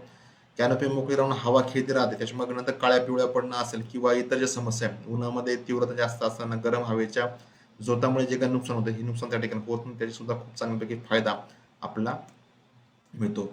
बऱ्याच शेतकऱ्यांचा एक आग्रह असतो की त्याच्यामध्ये कारल्यामध्ये परत आंतरपीक करायचं, परंतु ज्या पिकामध्ये पांढरी माशी किंवा नागाळी मोठ्या प्रमाणात येते किंवा लालकोळ येतो त्या ठिकाणी कारल्याची लागवड करूच नाही, किंवा त्याच्यामध्ये आंतरपीक म्हणून ते पीक टाळावं, जेणेकरून आपल्याला कारण पांढरी माशी जास्त आल्यानंतर त्या ठिकाणी व्हायरसची रिस्क त्या ठिकाणी वाढते, आणि त्यासाठी आपण आंतरपीक म्हणून दुसरं पीक निवडून नाही शकतो. आता काही शेतकऱ्यांकडे असं बघणं झालं की त्या ठिकाणी कारले आणि कोथिंबीर अशी दोन्ही पण पिकं करतात. आता अजून सुद्धा बऱ्याच शेतकऱ्यांनी कारले लागवड झाल्यानंतर मधल्या फाट्यामध्ये 9 फुटामध्ये कोथिंबीर किंवा इतर करतात, परंतु अतिरिक्त वाढ होणं, जास्त पाणी होणं आणि स्प्रे न होणं, त्याच्यामध्ये गवत होणं, अशा बऱ्याचशा समस्या त्या ठिकाणी शेतकऱ्यांना तोंड द्यावं लागतं. त्यांनी सुद्धा बरीचशी अडचण या प्लॉटमध्ये आपल्याला दिसते, आणि त्यांनी ही समस्या मोठ्या प्रमाणात आपल्याला आपल्या परिसरामध्ये दिसते. जो कारल्या पिकाचं आपण नियोजन करताना शक्यतो दुसरं आंतरपीक त्याकडे टाळावं, जेणेकरून आपण त्याचा कारली पिकाचा 100% फायदा जो आहे फायदा आपल्या उत्पन्न वाढीसाठी आपल्याला करून घेता येईल.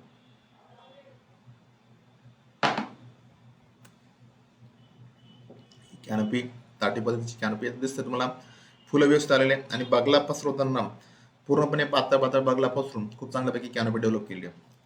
आपण काही प्रयोग केलेले आहेत की झिब्रान आणि कॉम्बी किंवा मायक्रोन्यूट्रिएंटचे याचे स्प्रे घेऊन आपण खूप चांगल्यापैकी कॅनोपी डेव्हलपमेंट जे ग्रीनरी, झाडाची पानाची पत्तीची जाडी आणि म्हणजे जास्त पान पातळ न होता जास्त पान मोठं न करता जर योग्य दाटीमध्ये म्हणजे कॅनोपीमध्ये जर जाड पान जर असेल तर त्याच्यामुळे पानामध्ये स्टोरेज खूप चांगलं होतं, जेणेकरून क्लोरोफिल कंटेंट वाढल्यानंतर ऑटोमॅटिकली झाडामध्ये नत्र स्फुरत नायट्रोजन फॉस्फरसचं रेशो मेंटेन होऊन खूप चांगल्यापैकी कळी सेटिंग किंवा मादी कळींची संख्या सुद्धा खूप चांगल्यापैकी होते.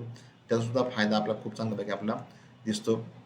झिब्रांचा वापर इतर पिकामध्ये सुद्धा खूप चांगला आहे, परंतु वेलवर्गीय पिकामध्ये कॅनोपी डेव्हलपमेंटमध्ये पेऱ्यातील अंतर कमी राखून ग्रीनरीसाठी खूप चांगला फायदा झिब्रांचा त्याने होतो. कारले आणि कारले पिकामध्ये जोडी नंबर 1 म्हणून आपण त्याचे रिझल्ट खूप चांगले शेतकऱ्यांना आलेले आहेत. शेतकऱ्यांनी सुद्धा खूप चांगल्यापैकी त्याला डोक्यावरती घेतलेले आहे. त्याच्यामध्ये मायक्रोबस 4G एकरी 500 ग्राम आणि झिब्रान 1 लिटरचे सुद्धा ड्रेंचिंगचे रिझल्ट खूप चांगल्यापैकी आपल्याला मिळतात आणि ते सुद्धा झाडाची ग्रीनरी आणि इतर न्यूट्रिएंट अपटेक सुद्धा खूप चांगल्यापैकी आपल्याला वाढलेला आपला मिळाला आहे. सगळ्यात महत्त्वाचं आता कारल्यामध्ये जी समस्या सगळ्यात मोठी समस्या आहे त्या समस्येवरती आपण चर्चा करणार आहोत की व्हायरसच्या नियंत्रणासाठी काही गोष्टी टिप्स आपण या ठिकाणी सांगणार आहोत. सगळ्यात महत्त्वाचं म्हणजे व्हायरसच्या नियंत्रणासाठी आपल्याला जी मोठी समस्या जी येते ती म्हणजे पांढरी माशीचं जे हे जे आहे नियोजन ते नियोजन खूप गरजेचं आहे. व्हायरससाठी तसं बघितलं तर स्प्रे कोणतंच नाही, परंतु काही जे फवारणी आहेत आपल्या शेड्यूलमधले काही स्प्रे जे आहेत स्प्रे जे खूप चांगलं काम करते. वाऱ्याच्या नियंत्रणामध्ये सगळ्यात महत्त्वाचं अन्नद्रव्याचं व्यवस्थापन, म्हणजे झाडाला जर आपण स्ट्रेस फ्री जर केलं आणि झाडामध्ये क्लोरोफिल कंटेंट खूप चांगलं ठेवलं, आम्ही ब्रिक्सवरती पण काम करतोय, ब्रिक्सचं लेवल चांगले ठेवले 8-9च्या आसपास, तर खूप चांगल्यापैकी व्हायरसला सुद्धा आपण प्रतिकार करू शकतो. यासाठी आपण मागे सांगितलं पण सुपर कॉन्फिडन्स जिलॉनचा वापर करू शकतो. जिलॉन जे आहे ते 4 मिली प्रति लिटर किंवा रिबॉन जे आहे 2 मिली प्रति लिटर, डिस्निल 2 मिली प्रति लिटर अशा आलटून पालटून त्याची फवारणी घेतल्या तर व्हायरसला काही प्रमाणात आपला प्रतिकार करता येऊ शकतं. कीटकनाशक आणि इकोरॉन इकोहॉर्ब जर मिक्स करत राहिलं तर त्या ठिकाणी ज्याच्यामध्ये आपण कोणतंही घेऊ शकतो. म्हणजे पांढरीमासाठी SLR जे GSP ॲग्रो सायन्स SLR 525 साधारणतः 250 मिली 200 लिटरला, किंवा सोलोमन असेल किंवा सुमी प्रिंट असेल किंवा इतर जे पांढरीमासाठी जे कीटकनाशक जे आहेत याचा वापर जर केला त्यासोबत आपण इकोरॉन 2 मिली इकोहॉर्ब 2 मिली प्रति लिटर पाण्यासाठी घेतलं तर रेजिस्टन्स मॅनेजमेंट खूप चांगल्यापैकी होऊ शकतं. अँटीफिडंट ऍक्टिव्हिटी त्या ठिकाणी मिळू शकते आणि व्हायरसला प्रतिकार करण्यासाठी पांढरी माशीला पळून लावण्यासाठी खूप चांगल्यापैकी फायदा आपल्या ठिकाणी मिळू शकतो. आजूबाजूच्या शेतातून येणारी पांढरी माशी जी आहे ती पांढरी माशी आपल्याला एअर कर्टन असेल किंवा इन्सेक्ट नेट असेल किंवा शेडनेट प्लस साड्या असतील याच्या माध्यमातून आपल्याला खूप चांगल्यापैकी आपल्याला कंट्रोल करता येणं शक्य आहे. अशा प्रकारे नंतर वरती कॅनोपी डेव्हलपमेंट होताना सुद्धा खूप चांगल्यापैकी म्हणजे मोठ्या प्रमाणात आपल्याला अशा प्रकारचं व्हायरसची लागण झालेली आपल्याला दिसते. झाड ज्यावेळेस स्ट्रेसमध्ये जातं, ज्यावेळेस एखादा अचानक पाऊस पडतो किंवा अचानक टेम्परेचर वाढतं, मागच्या आठवड्यात जो गारांचा पाऊस झाला त्याच्यामध्ये सुद्धा बऱ्याच ठिकाणी डेव्हलपमेंटमध्ये चेंजेस होऊन आणि आपल्याला तोटा दिसून आला. अशा प्रकारे लागवडी जर मल्चिंग विभाजन असतील तर त्या ठिकाणी समस्या जास्त असते, कारण बेडचं टेम्परेचर, झाडाला असणारा स्ट्रेस ते सुद्धा व्हायरस मोठ्या प्रमाणात आपल्याला दिसतो. काही काही ठिकाणी झाडं मोठे होऊन सुद्धा पुन्हा याला मिळतं. काही ठिकाणी जुने हायब्रिड जे जुन्या व्हरायटी त्या व्हरायटी लवकर व्हायरसला बळी पडतात, त्याच्यामुळे शक्यतो व्हायरसची लागण होणार नाही अशा जातींची निवड आपल्याला करणं हे गरजेचं आहे. एखादं झाड जर आपल्याला दिसलं तर झाड कट करून जर टाकलं उपटून, किंवा जर झाड एकमेकात मिक्स झालं ताटीमध्ये तर ते जर कट करून टाकलं तर खूप चांगल्यापैकी व्हायरसचं नियोजन होऊ शकतं. त्यासाठी आपण सुरुवातीला लागवड करतानाच आपण 3 फुटाचं अंतर सांगतो, जेणेकरून झाडं जर कमी केले तर सुद्धा कॅनोपी कमी होणार नाही किंवा झाडाला कॅनोपीला कोणत्या प्रकारची अडचण नाही येतात, उत्पन्नामध्ये आपला घट होणार नाही याची आपण काळजी देखील घेतो. अशा प्रकारे सुद्धा पानामध्ये स्ट्रेसच्या समस्या ज्या व्हायरसच्या समस्या देखील दिसतात, पानाचा आकार बदलतो, क्लोरोफिल कमी होऊन पिवळेपणा येतो.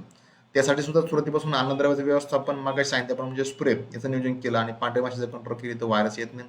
आमच्याकडे आजही असे आपले प्लॉट आहेत आपल्या शेड्यूलवरचे, ज्या शेड्यूलमध्ये फक्त 1% सुद्धा नाही, अगदी 2000-3000 झाडामध्ये फक्त 10 ते 15 झाडं आपल्या व्हायरस त्या ठिकाणी दिसतात. परंतु हे झाड जर वेळेवरती काढले आपलं पुढं त्याचा पर्सेंटेज वाढत नाही आणि त्याचा फायदा आपल्या त्या ठिकाणी मिळतो. पांढरी माशीच्या नियंत्रणामध्ये म्हणजे व्हायरसचं नियंत्रण करताना पांढरी माशीचं नियंत्रण करणं हे खूप गरजेचं आहे. याच्यामध्ये ॲसेटॅमिप्रिड, बायोफेन्थ्रिन, इकोरंज 500 मिली, इकोर 500 मिली या प्रमाणात पांढरी माशीसाठी स्प्रे घ्यावा. आबासिन किंवा सुमिप्रिंट किंवा सोलोमन किंवा SLR 525 मागे सांगितल्याप्रमाणे. यासोबत बायो एक्सशेक जे आहे याचं सुद्धा रिझल्ट खूप चांगले, नागाळीला विशेष करून लाल कुळीचे रिझल्ट खूप चांगले मिळतात. इलेक्ट्रा प्रीमियम झिंक आणि मॅग्नेशियम सल्फेटचे स्प्रे जे आहेत सुरुवातीच्या पहिल्या 15 दिवसामध्ये जर 2 किंवा 3 स्प्रे जर घेतले तर बऱ्यापैकी झाडाला रेजिस्टन्स तयार होऊन क्लोरोफिलचे लेवल वाढून झाडा एक रेजिस्ट करतं व्हायरससाठी आणि त्याचे सुद्धा रिझल्ट चांगल्यापैकी आपल्याला मिळतात. नंतर कारल्यामध्ये अजून एक समस्या येते ती म्हणजे पानं पिवळी पडणं. हा रोगसदृश करपा किंवा बुरशीजन्य स्वरूपातील करपा आहे. हा थांबतो आणि पुन्हा झाड डेव्हलप होतं. परंतु हे पानं पिवळे पडलेले पानं जे असतात ते पानं खूप अडचण देतात किंवा गर्दीमध्ये हे पानं जास्त दिसतात. ज्या ठिकाणी झाडाला बऱ्यापैकी पुरेशी पानं असतील त्या ठिकाणी असे पानं जे आहेत ही पानं कात्याच्या सहाय्याने देठाजवळ कट करून त्या ठिकाणी काढून टाकावेत.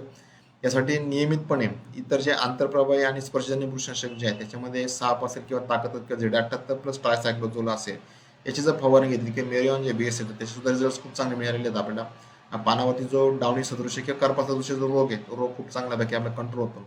याच्यामध्ये आपण भुरीची सुद्धा समस्या त्या ठिकाणी आपण इज्युलॉन DX जे साधारण 200 ग्रॅम 200 लिटरला 1 ग्रॅम प्रति लिटर पाण्यातून जर फवारणी केली त्याने सुद्धा खूप चांगल्यापैकी करपा रोग नियंत्रण करणं त्या ठिकाणी ते शक्य आहे. नंतर आपण बघतो की काही ठिकाणी उन्हाळ्यामध्ये किंवा पाण्याचा ताण पडल्यानंतर बऱ्याच ठिकाणी आपण फ्लड पाणी भरतो. फ्लड पाणी भरल्यानंतर जेवढे काही क्षार असले क्षार सर्व मुळाच्या कार्यक्षेत्रात येऊन अशा प्रकारची समस्या आहे ही समस्या त्या ठिकाणी येते. याच्यामध्ये पांढरी मुळी कशी ऍक्टिव्ह राहील याच्याकडे आपण बघितलं पाहिजे किंवा अन्नद्रव्याचा समतोल राखताना सुद्धा मॅग्नेशियमचे लेवल पर्टिक्युलरली वाढल्या पाहिजे त्यासाठी आपण काळजी घेतली पाहिजे.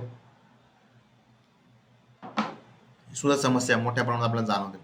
अशा प्रकारे ज्या ठिकाणी उन्हाचा प्रचंड स्ट्रेस आहे चुनखडी जमिनीमध्ये किंवा मुरुम असलेल्या जमिनीमध्ये लागवड आहे त्या ठिकाणी अशा प्रकारची समस्या या ठिकाणी येते.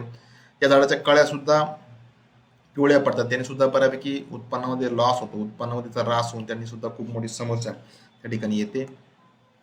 नंतर असं बघणार की काही काही ठिकाणी पश्चिम पट्ट्यामध्ये मावा मोठ्या प्रमाणात त्रास देतो. मागच्या महिन्यामध्ये मोठ्या प्रमाणात मावाचा सुद्धा त्रास झाला होता. मावा आजही भेंडीमध्ये किंवा इतर पिकामध्ये मावा लवकर कंट्रोल होते कारण पानाची वाटी झालेली असते आतमध्ये मावा असतो. यासाठी आंतरप्रवाही कीटकनाशक जे याच्यामध्ये थायमेथॉक्झाम असेल इमिडाक्लोप्रिड असेल ॲडमायर असेल किंवा ॲक्ट्रा कराटे असेल याचा वापर करून आपण मावा कंट्रोल करू शकतो. उडणारा मावा हा पिवळ्या ट्रॅपवरती सुद्धा अट्रॅक्ट करू शकतो आणि या ठिकाणी आपण बिफ्लोफिझिनचे सुद्धा आपण स्प्रे टाकू शकतो किंवा ॲसिफेट प्लस बायोफेन्थ्रिनचे कॉम्बिनेशन येतं सॉल कंपनीचा ॲसेंथ्रिन त्याचा सुद्धा आपण वापर करू शकतो त्यांनी सुद्धा रिझल्ट खूप चांगल्यापैकी आपल्याला मिळतील. यानंतर पांढरी माशीचं नियोजन करताना काही गोष्टीमध्ये आपल्याला जे कीटकनाशकचा वापर करताना मिओथ्रिन सारखे कीटकनाशक जे आहे ते पांढऱ्या माशीचा आपण वापर करणं नियंत्रणासाठी आपण वापरू शकतो. फ्रेस्ट्रॅप जे आहे BC-लूर वापरून आपण फ्रेस्ट्रॅपचा वापर आपण करून फळमाशीचं खूप चांगलं नियंत्रण करू शकतो. अशा प्रकारे फळाला जर फळमाशीने डंख मारलेला असतं त्यात अंडी घातलेली असतात तशा प्रकारे फळ अकाली पिवळं पडतं वाकडं होतं त्या ठिकाणी सडतं आणि नंतरच्या कालावधीमध्ये बागेमध्ये शेतामध्ये खूप सारे फळमाशी त्या ठिकाणी वाढते. त्यासाठी BC-लूर जे आहे आता भरपूर मार्केटमध्ये भरपूर मोठा ट्रेंड आहे की अगदी स्वस्तातली 15-20 रुपयाची ट्रॅप.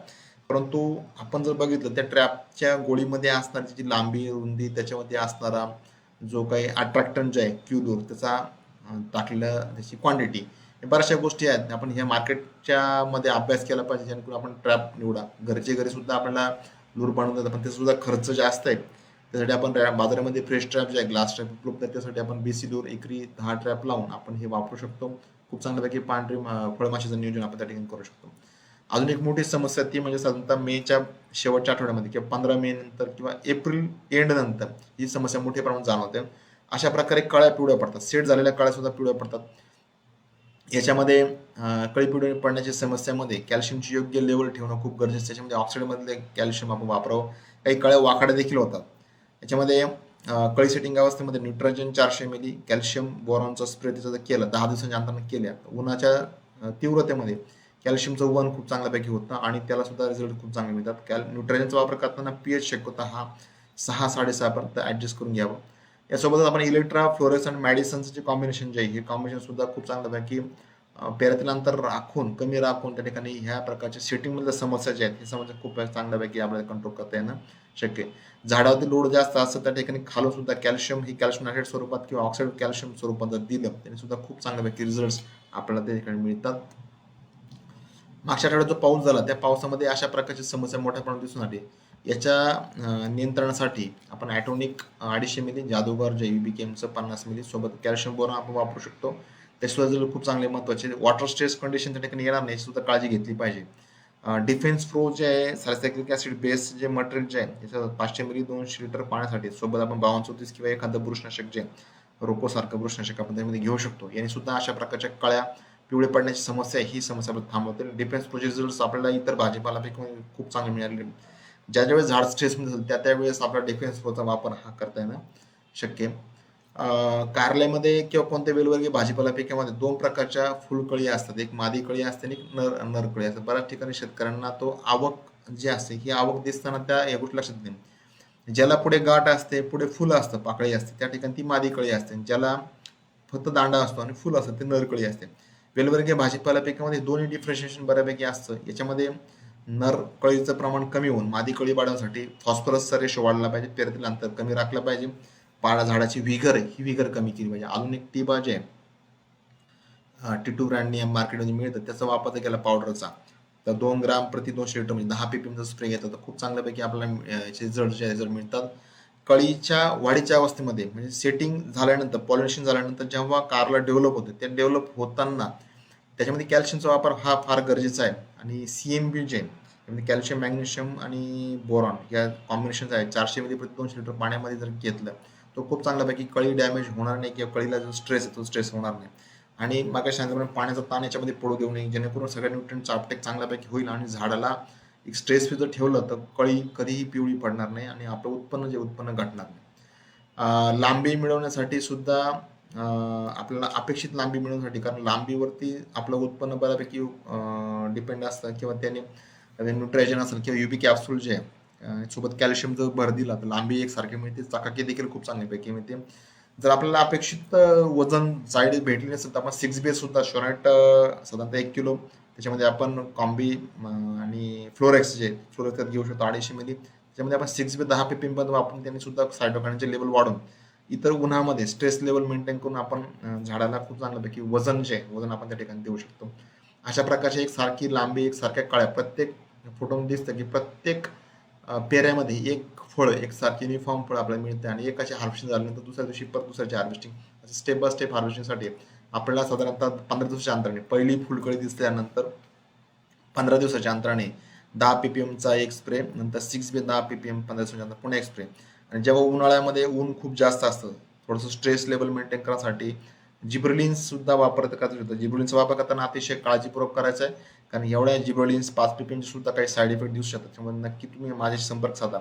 तुम्हाला GAच्या किंवा हार्मोनच्या खूप चांगल्यापैकी टिप्स आपण त्यावेळेस आपल्या शेड्यूलनुसार किंवा तुमच्याकडे उपलब्ध असणारी परिस्थितीनुसार आपण त्या ठिकाणी तुम्हाला सजेशन चांगल्यापैकी देऊ शकतो.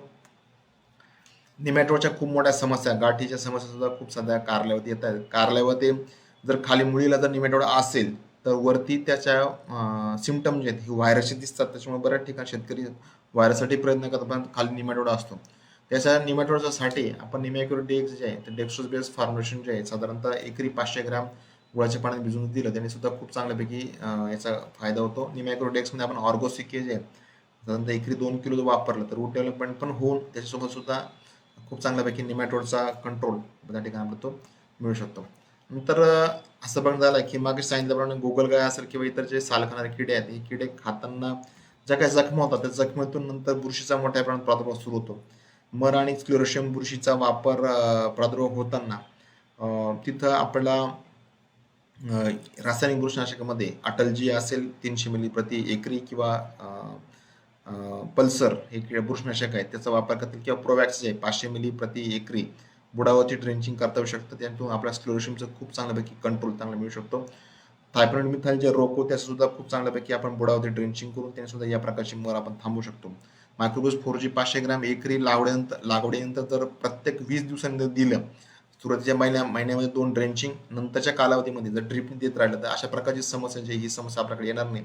आणि साधारणतः जेव्हा क्लायमेट चेंज होतं म्हणजे थंडीपासून उन्हाळा सुरू होतो किंवा उन्हाळ्यात पावसाळा सुरू होतो त्या पिरियडमध्ये याची प्रादुर्भाव जो असतो प्रादुर्भाव स्क्लेरोशियमचा खूप मोठ्या प्रमाणात असतो. आपल्या आता बऱ्यापैकी टेक्निकल झालेले आहेत. आमच्या शेड्यूलवरती खूप चांगला या सीझन सगळ्यात चांगला प्लॉट जो आहे संतोष खैरे पालखेड मिरची येथील शेतकरी आहेत. 50वा दिवस आहे. मागच्या आठवड्यामध्ये रविवारीच मी या प्लॉटला व्हिजिट दिली. तर इथे शेतकऱ्याचा नंबर पण दिला आहे. तर कोणाला शक्य असेल तर नक्की जाऊन बघा. खूप चांगल्यापैकी कॅनोपी नियोजन, गर्दी त्या ठिकाणी अजिबात नाही आणि सेटिंग सुद्धा खूप चांगली आणि एकंदरीतच पूर्ण शेड्यूल फॉलो करून खूप चांगल्यापैकी नियोजन त्यांनी केलेले. आर्यन आणि हरिताभ या दोन्ही व्हरायटी त्या ठिकाणी आहे. व्हरायटीमधला डिफरन्स सुद्धा बघायला मिळेल तुम्हाला. हरिताभ व्हरायटी त्या ठिकाणी बऱ्यापैकी सरस दिसते. त्याचे सुद्धा आपल्याला प्रत्यक्ष रिझल्ट त्या ठिकाणी बघायला मिळतील. आम्ही शेतकऱ्यांना प्रत्यक्ष फील्डवर जाऊन मार्गदर्शन करतोय. त्याचा 100% शेड्यूल फॉलो करणाऱ्या शेतकऱ्यांना त्याचा रिझल्ट खूप चांगला दिसतो. या प्लॉटमध्ये अजूनही एकही व्हायरस झाड आपल्या ठिकाणी दिसलेलं नाही. अशा प्रकारचे ग्रीन कॅनोपी जे आहे आपल्याला त्या ठिकाणी मिळते आणि याचे सुद्धा रिझल्ट आपल्याला खूप चांगले मिळालेले आहेत. सूर्यप्रकाशामध्ये सर्व कॅनोपी आल्यानंतर सेटिंग चांगल्या प्रकारे होते आणि त्याला युटिलायझेशन जे आहे हवा खेळती राहते. नंतरच्या कालावधीमध्ये पाऊस पडल्यानंतर सुद्धा पानं पिवळी पडत नाही किंवा भुरीला कोणत्या प्रकारची समस्या त्या ठिकाणी जाणवत नाही. आणि एकंदरीतच म्हणजे सूर्यप्रकाशाचा रोल अतिशय महत्वाचा आहे. अशा प्रकारची जर दाटी जर असतात त्याच्यामध्ये पावसाळ्यामध्ये दाटी होऊन मधले पानं ज्या पिवळे पडतात, कळ्या ड्रॉप होतात किंवा कळ्या सडतात, त्यासाठी आपण भुरी करपा होऊ येऊ नये म्हणून कॅनोपी थोडी मॅनेज केली पाहिजे. भुरीसाठी निसोडियम जे आहे धानुकाचं एकरी 120 मिली प्रति एकरी जर आपण फवारणी केली चांगल्या कॅनोपी कव्हरेजनुसार तर खूप चांगल्यापैकी भुरीला सुद्धा रिझल्ट मिळतील. पानाचा जो पिवळा पडणारा जो प्रकार जो असतो तो प्रकार देखील आपल्याला तिकडे जाणवणार नाही. आणि येत्या कालावधीमध्ये आपल्या कारल्यासाठी सुद्धा खूप चांगल्यापैकी नियोजन करता शकतं, कारण आपल्याकडं स्ट्रक्चर बऱ्यापैकी आहे आणि आपण अशा स्ट्रक्चरचा वापर करून प्लॉटमध्ये हवा खेळती कशी राहील अशा प्रकारचं कॅनोपी नियोजन जर केलं तर अशा प्रकारचं भरघोस उत्पन्न म्हणजे ताटीमध्ये सुद्धा याचं उत्पन्न निघतं. नंतरच्या कालावधीमध्ये पावसाळ्यामध्ये पुन्हा मंडपवरती वेल जाऊन त्या ठिकाणी आपण नाल्यांचा वापर जर केला तर कमी खर्चात खूप चांगल्यापैकी आपल्या कॅनोपी मॅनेज होऊ शकते आणि जास्तीत जास्त उत्पन्न आपण त्या ठिकाणी निघू शकतो. कारल्याचा प्लॉट जेवढा जास्त दिवस चालत तेवढं जास्त उत्पन्न त्या ठिकाणी मिळतं. आजच्या या वेबिनारच्या माध्यमातून पूर्ण महाराष्ट्रामध्ये जोडलेले सर्व शेतकरी बांधवांचे या ठिकाणी मी आभार मानतो. ओमगायत्री परिवारात देखील आभार मानतो जेणेकरून मला या ठिकाणी त्यांनी बोलण्याची संधी दिली. आपल्या काही शंका असेल तर आपण आता कमेंट बॉक्समध्ये नक्की विचारा. माझा नंबर या ठिकाणी दिलेला आहे किंवा कमेंट बॉक्समध्ये पण आमची टीम तुम्हाला नंबर देईल. तर काही कोणाला काही शंका असतील तर नक्की कधी फोनवरती व्हॉट्सअपवरती संपर्क साधा. आपले काही व्हॉट्सअपचे ग्रुप्स आहेत ते व्हॉट्सअपच्या ग्रुप सुद्धा तुम्हाला सामील करून घेतील जेणेकरून तुम्हाला वेळोवेळी कारले पिकासंदर्भातलं मार्गदर्शन जे आहे मार्गदर्शन त्या ठिकाणी दिलं जाईल. आणि ओम गायत्री ॲग्रोमॉल ओम गायत्री नर्सरीच्या माध्यमातून तुम्हाला वेगवेगळ्या व्हरायटीज सुद्धा तुम्हाला तिथे मिळतील, त्याचा नक्की लाभ घ्या. माती परीक्षण सेवा देखील उपलब्ध, त्याचा सुद्धा वापर करून आपण खतांचं नियोजन आपण त्या ठिकाणी करू शकतो. या ठिकाणी थांबतो आणि आपले क्वेश्चन जे असतील प्रश्न असतील प्रश्न आपण याच्यामध्ये आपण नक्की विचारा. तुम्हाला आपण याच्यामध्ये उत्तर जे आहेत उत्तर आपण या ठिकाणी देऊयात.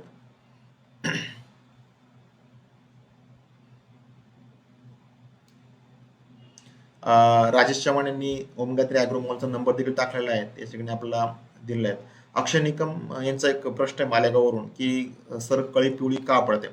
बऱ्याच वेळा असं बघण्यात येते की कॅल्शियम, मॅग्नेशियम आणि बोरॉन या अन्नद्रव्याचं व्यवस्थापन करताना जर काही अडचण असेल तर त्या ठिकाणी पिवळी पडते किंवा कॅनोपी जर ग्रीन असतात त्याने सुद्धा ही समस्या ठिकाणी येते. आपल्याला याच्यामध्ये कळी पिवळी पडण्याची समस्या असेल आपण माझ्या व्हॉट्सअप नंबरवरती जर आपलं मागचं आठवड्यातलं शेड्यूल आणि आपल्याकडे असणारी परिस्थिती जर कळवली, व्हरायटी असेल किंवा किती दिवसाचा प्लॉट आहे, तर नक्की तुम्हाला खूप चांगल्यापैकी आपल्याला याचं नियोजन करणं म्हणजे तुम्हाला देणं शक्य आहे. डॉक्टर अनिल माळी यांनी प्रश्न विचारला की आमच्याकडे चुहा कारली लागवड होते परंतु व्हायरस खूप होतो. व्हायरसच्या नियंत्रणामध्ये सगळ्यात महत्वाचं की पांढरी माशी जे आजूबाजूला रुंद पानाचे जे काही म्हणजे भाजीपाला पीक असेल, काकडी असेल किंवा घेवडा असेल, याच्यावरती असणारी पांढरी माशी खूप मोठ्या प्रमाणात आपल्याला त्रास देत असते. तर ती पांढरी माशी नियंत्रण करणं हे खूप गरजेचं आहे. आपण बघतो की काही ठिकाणी आपण त्याला बॅरियर जे आहे म्हणजे इन्सेक्ट नेट असेल किंवा दोन साड्या ज्या 3-3 फुटाच्या साड्या जर एकत्र शिवून त्याचा एक पडदा जर तयार केला तर खूप चांगल्यापैकी त्याचं नियोजन होईल. नक्की तुम्ही आमचे संपर्क साधा, तुम्हाला एक व्हायरस फ्री कारली लागवडीचं शेड्यूल त्या ठिकाणी देण्यात येईल. त्याच्यातून तुम्हाला खूप चांगल्यापैकी उत्पन्न देखील तुम्हाला मिळेल.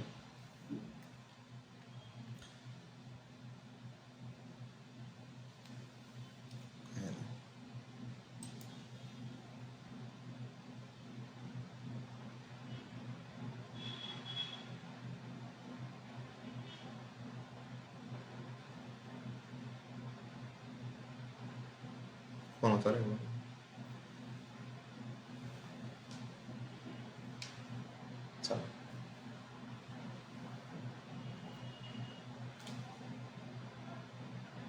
कॅमेरा बंद चालू, कॅमेरा चालू आहे.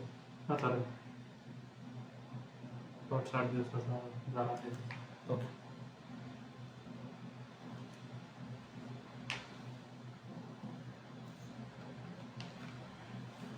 तर पुढचा प्रश्न आहे आपला जिब्रॉन काय आहे. बरोबर, जिब्रॉन हे मायक्रोफ्रेश हेल्पलाईनचं प्रॉडक्ट आहे. ओमगायत्री ॲग्रोमॉलवरती पण उपलब्ध आहे. आपल्या जवळपास जर आपण ऍड्रेस जर मेसेज केला तर तुम्हाला नक्की कुठे उपलब्ध होईल ते पण आपल्याला ते देणे शक्य आहे.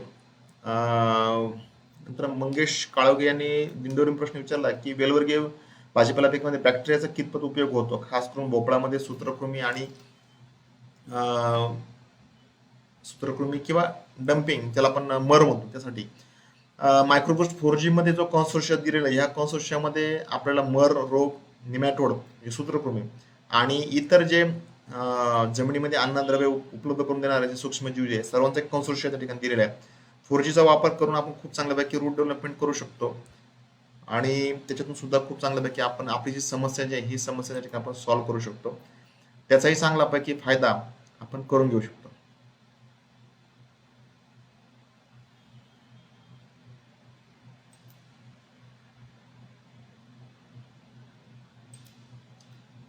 आवाजात असेल.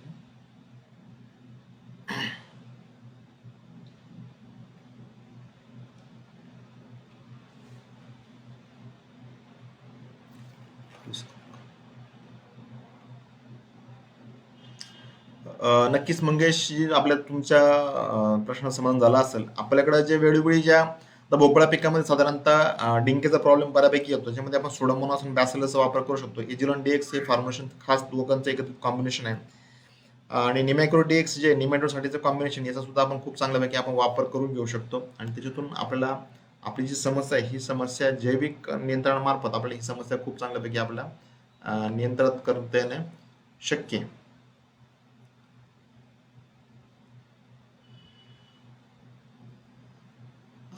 श्याम लंबाटे यांचा प्रश्न आहे की सर, कारले पिवळी पडतात.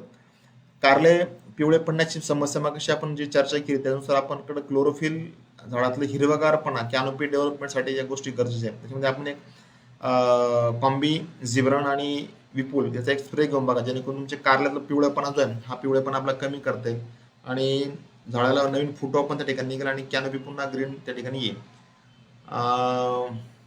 भेंडीचं शेड्यूल श्रीधर चौधरी यांनी मागितलंय. नक्की तुम्ही संपर्क साधा गायत्री ॲग्रोमॉल सोबत किंवा मायक्रोब्रेश हेल्पलाईन सोबत हे करा. आपण नक्की याचं पिकाचं शेड्यूल जे आहे, हे भेंडी पिकाचं शेड्यूल आपल्यापर्यंत पोहोचू. वेगळ्या व्हरायटी मार्केटमध्ये आहे त्या ठिकाणी आपल्याला मिळेल. चेतन बालाराव यांना माझा नंबर मिळाला असेल, खाली कमेंट बॉक्समध्ये मिळालेला आहे. व्हॉट्सअप नंबर आहे माझा, त्याच्यात मला व्हॉट्सअप करून तुमचं गाव, नाव आणि पीक जर दिलं नक्की तुम्ही मला ते करता येईल. व्हॉट्सअप नंबर पण दिलेला आहे माझा, नक्की संपर्क करा. कारण ह्या पिकामध्ये बऱ्याचशा समस्यांना आपण सॉल्व्ह करू शकतो आणि खूप चांगल्यापैकी आपण संपर्क करू शकतो. अक्षय निकमचा प्रश्न आहे की 60 दिवस झालेले दुपारी, सध्या आपण बघतो की 40-42च्या पुढे टेम्परेचर आहे. यासाठी आपण झाड नरम पडते किंवा कारला सुद्धा खोडल्यानंतर नरम पडते, यासाठी आपण युबिकेमचं जे डिफेन्स प्रोज आहे साधारणतः 400 मिली 200 लिटर पाण्यासाठी वापर जर केला तर खूप चांगल्यापैकी आपल्याला हा जो अँटी स्ट्रेस जो जो हे आहे तो त्या ठिकाणी मिळेल आणि हे सुद्धा खूप चांगल्यापैकी. लक्ष्मण कडे यांचा प्रश्न आहे की पांढरी माशी कंट्रोल होत नाही. नक्की आपण पांढरी माशीसाठी आपण सोलोमन 250 मिली, इकोरंज 500 मिली, इकोर 500 मिली घ्या.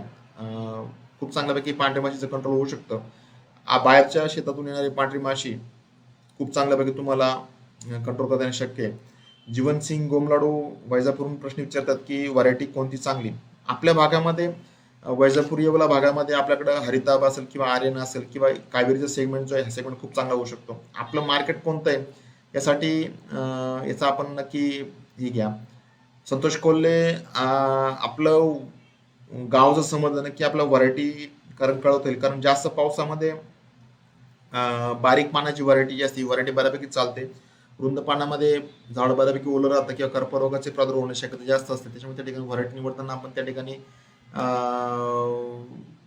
जे आहे ते आपण या ठिकाणी करू शकतो. नक्की संतोष कोल्हे जे आमच्यासोबत व्हॉट्सअपमध्ये संपर्क साधा. माझा व्हॉट्सअपचा नंबर दिलेला आहे, त्याच्यावरती संपर्क साधा. तुम्हाला व्हरायटीमध्ये सुद्धा खूप चांगल्यापैकी गायडन्स या ठिकाणी मिळेल. नितीन बागोल त्यांचा पण एक प्लॉट आहे पालखडी मिरची भागात आहे. नक्की तुम्ही आमच्या हेल्पलाईनला संपर्क साधा. तुमचा नंबर किंवा माझ्या व्हॉट्सअपच्या नंबरवरती मला एक व्हॉट्सअप मेसेज करा. तुम्हाला आपल्या व्हॉट्सअपच्या ग्रुपला, कारच्या ग्रुपला तुम्हाला ऍड करून घेण्यात येईल. त्याच्यानुसार तुम्हाला मार्गदर्शन खूप चांगल्यापैकी मिळेल.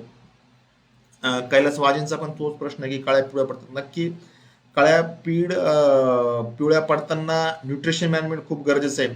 ज्यावेळेस फ्लावरिंग पिरियड असतो त्या फ्लावरिंग पिरियडला टी10 ppmचा एक स्प्रे आणि कॅल्शियम बोरॉन सोबत निट्रोजनचा स्प्रे जर घेतला तर खूप चांगल्यापैकी आपल्याला फायदा होऊ शकतो. आणि आपल्याला त्याच्यापासून कारण कळ्या पिवळ्या पडतात त्याच्या 10 दिवस अगोदरचं जे नियोजन आहे, ते नियोजन फार महत्वाचं आहे.